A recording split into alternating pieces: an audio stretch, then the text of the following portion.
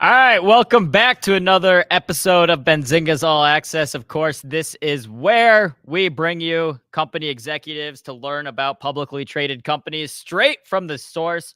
I'm excited today. We're going to be bringing on Candel Therapeutics, trading on the NASDAQ under the ticker CADL. You should see it right there on the top of the screen. And we have the president and CEO hanging out backstage, Paul Peter Talk.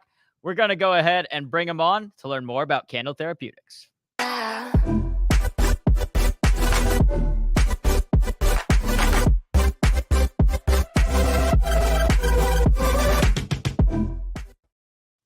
All right, Paul Peter, how are you doing today?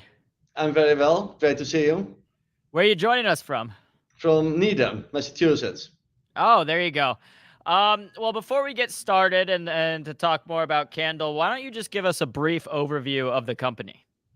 Yeah, Candel Therapeutics is a late-stage clinical biopharmaceutical company developing highly innovative immunotherapies for very difficult to treat cancers. So think of a specific form of lung cancer, non-small cell lung cancer, patients who have basically failed everything, pancreatic cancer, prostate cancer. We focus on very early disease, where everybody else focuses on more late stage disease, area of huge unmet need. And finally, brain cancer, glioblastoma. For each of these indications, we already have proof of concept, not only in mice, but actually in patients, which is very important if you think from a probability of success point of view. And we also got fast track designation from the FDA, from the regulators, for each indication that we pursue. So this year we will have 6 inflection points, 6 catalysts. So this is a very exciting time for us, a very high level of energy in the company right now. Awesome. Well, your therapies revolve around enabling the immune system to fight cancer. What makes this such a powerful mechanism of action? Yeah, so the first asset, the first investigational medicine is called CAN-2409. And we use it to vaccinate against the patient's own tumor. So that's a unique approach, I think unprecedented. And we've looked at multiple solid tumors, not only the indications that I just described, also other indications, ranging from retinoblastoma in children, tumor of the eye, or glioblastoma in children, with proof of mechanism, again, in each of these indications, and a remarkable safety and tolerability profile. If you can inject this into the brain of a child, that means that it's probably quite well tolerated. We've dosed CAN-2409 to more than 1,000 patients now. So we have a lot of experience. I think it's very unusual for a biotech company to have such a very extensive clinical database. And now we have a fully enrolled phase 3 clinical trial in early localized prostate cancer that's going to read out this year. In Q4, we have 711 evaluable patients. We are collecting the last prostate biopsies. And then in Q4, we will be able to unblind the data and to look at the primary endpoint, which is disease-free survival. Basically, we're aiming for cure. And there's another large clinical trial in a slightly different population of prostate cancer, the so-called active surveillance population. These patients have less aggressive disease, but there's still a big unmet need because these patients try to avoid the currently available radical therapies like surgery, radical prostatectomy, or radiotherapy because of all the side effects and complications. But the slowly growing tumor is still a growing tumor, and this leads to many complications and anxiety for many patients over time. So that's why we have a trial where we try to prevent progression in the so-called active surveillance population. We have enrolled 187 patients. Read out this year, also in Q4. Then we have data that will read out in the very near future in non-small cell lung cancer. 44 patients who have failed basically everything, including immune checkpoint inhibitors. Their prognosis is poor. We give them just 2 administrations of CAN-2409 to educate their own immune system how to recognize the patient's own tumor. And we focus on what really matters to patients, which is survival. And that also matters to the regulators. And then finally, we've shown half a year ago very encouraging data in so-called borderline resectable pancreatic cancer, where we see a separation of the overall survival curves for patients who got active CAN-2409 treatment versus standard of care. We hope to present new data also in the next few months. So that's CAN-2409 that we use for in situ vaccination against the patient's own tumor. And then the second investigational medicine is called CAN-3110. That's a true oncolytic virus. It's a herpes simplex virus that we have engineered in such a way that it will replicate and exert its aggressive action against the human cells only in the tumor while sparing the healthy tissue. And we've dosed that now to more than 50 patients, 50, with recurrent glioblastoma, so brain cancer, a disease with a very poor prognosis. But this patient population has an even more unfavorable prognosis because they failed neurosurgery and radiotherapy and chemotherapy, and they have a prognosis of less than 6 to 9 months. We just published our data in Nature, showing that we can double the expected median overall survival after just a single injection. How are your therapies specific to each patient? That's a good point, actually. That varies for the different approaches. For CAN-2409, we inject this into one of the tumors. Actually, it doesn't matter which tumors in patients with metastatic disease. It leads to massive cell death. So the tumor cells are going to release all the molecules that will be recognized by the immune system, so-called cancer antigens and cancer neoantigens. So they're all released in the tumor microenvironment. And at the same time, we give a pro-inflammatory signal. So we induce inflammation. Well, we get this release of all these antigens that are subsequently used to educate the patient's own T cells, in particular, the tumor-infiltrating lymphocytes, how to recognize that specific tumor. That's where the specificity comes from. It's specific for the patient's own tumor. These CD8 positive tumor-infiltrating lymphocytes are then going to circulate throughout the body because the immune system is highly dynamic, and they will be looking for metastases, and they will be able to recognize them and kill these tumor cells. That's called an abscopal effect. So it's a localized administration to induce or elicit systemic anti-tumor immunity, and that's exactly what we've shown in patients. What is your Enlighten Discovery platform, and how does it work? Yeah, the Enlighten Discovery platform is a very innovative approach to create new viral immunotherapies to solve specific problems. For example, how do you get CAR T cells that have been very successful in hematological tumors, in liquid tumors, but not very successful in solid tumors? How do you get them into, for example, a pancreatic solid tumor? Because there are mechanical barriers in the pancreas that keep these CAR T cells out if you inject them into the circulation.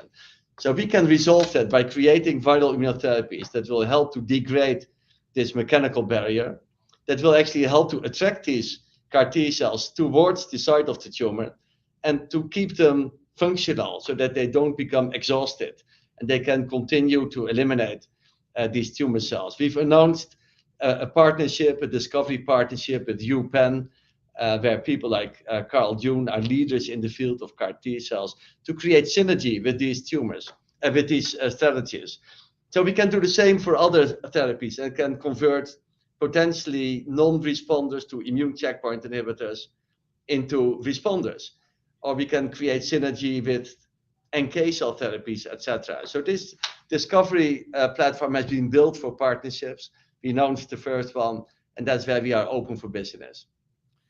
Can you tell us about CAN-2409 and its phase 3 trials for prostate cancer? How are those progressing? Yeah, so there are two clinical trials. The first is in patients with intermediate to high-risk prostate cancer.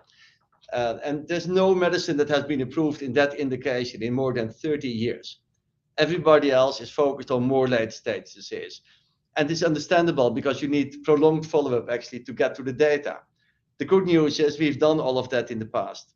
So we have a fully enrolled phase 3 clinical trial, 711 patients, that we try to create synergy between standard of care radiotherapy plus or minus hormonal therapy, so-called androgen deprivation therapy, ADT, upon the discretion of the treating physician. And then we add CAN-2409 or placebo to increase the percentage of patients that will be able to be cured, basically, as shown by disease-free survival. This primary endpoint has been agreed with the FDA under a so-called SPA, Special Protocol Assessment, agreed with the FDA, which basically means that if we are able to achieve the primary endpoint at the end of this year, this could be an approvable therapy without the need for further clinical trials. So this is very unusual, biotech in phase 3, an asset that we've not partnered yet at this stage, so we have the complete rights to this approach. And then there's another ongoing phase 2b clinical trial in the so-called active surveillance population. Again, fully enrolled. We focus on progression-free survival, so we stop the tumors from growing is the goal, so that patients don't need to undergo radical prostatectomy surgery or radiotherapy with all the complications and side effects associated with these treatments. Oh, that's great. What about CAN 3110? How is its phase 1 trial progressing? Yeah, so CAN 3110 is tested in recurrent glioblastoma. We presented the data based on the first 41 patients in Nature. We've now an additional 9 patients where we can confirm these initial findings. The data are very encouraging. But now we ask the question, what would happen if you do not only give a single injection, but maybe 2 or 3 or 4 up to 6 injections? So this work has started. We expect to present the first data based on serial injections into the tumor in the second half of this year. This work is now completely funded by the Breakthrough Cancer Foundation, which is great validation of the quality of the science and the expectations in the clinical community.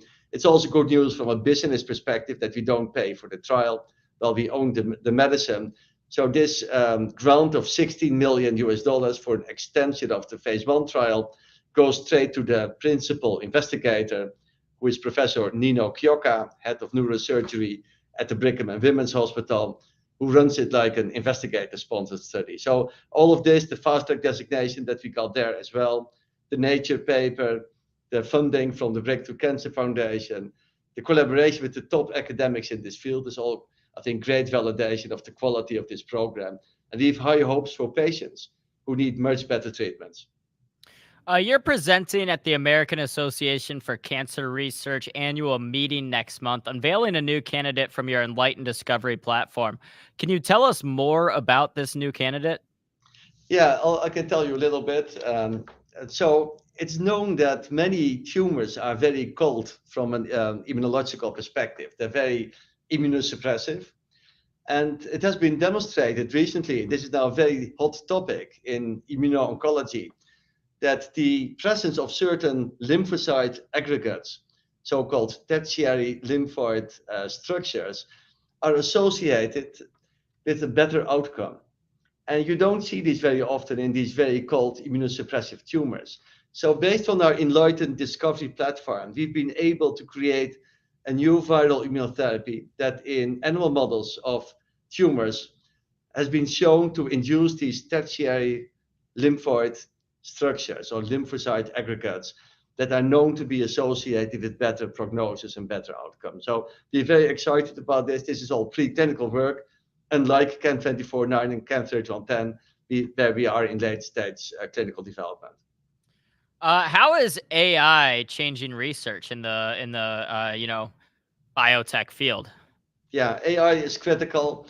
It gives us an incredible tool to accelerate and to improve our discovery and development efforts.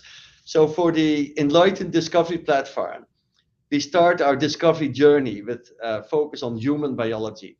So think of very deep analyses of human tumors or experiments in the lab using human cells.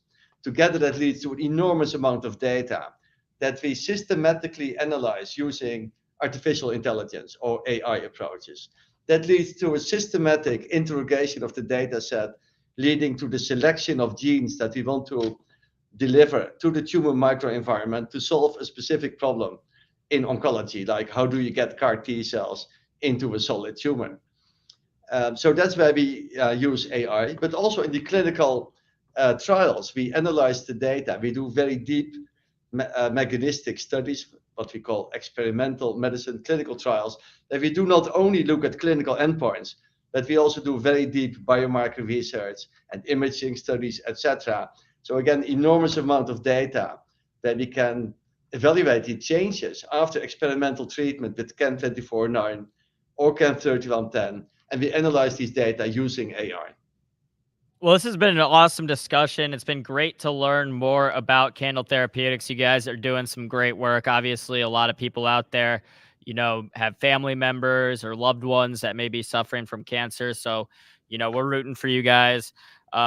Paul Peter talked again, president and CEO of Candel Therapeutics. Ticker is up on the screen, CADL. Thank you so much for joining us today on Benzinga's All Access.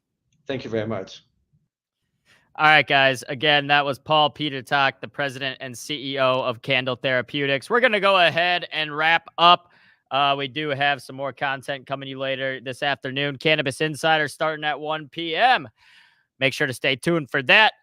As always, thank you to whoever tuned in. Please smash the like if you haven't already. Again, ticker up on the screen, CADL. Go check it out. Very exciting biotech company. We love learning about these types of companies here on Benzinga All Access. We'll make sure to keep them coming.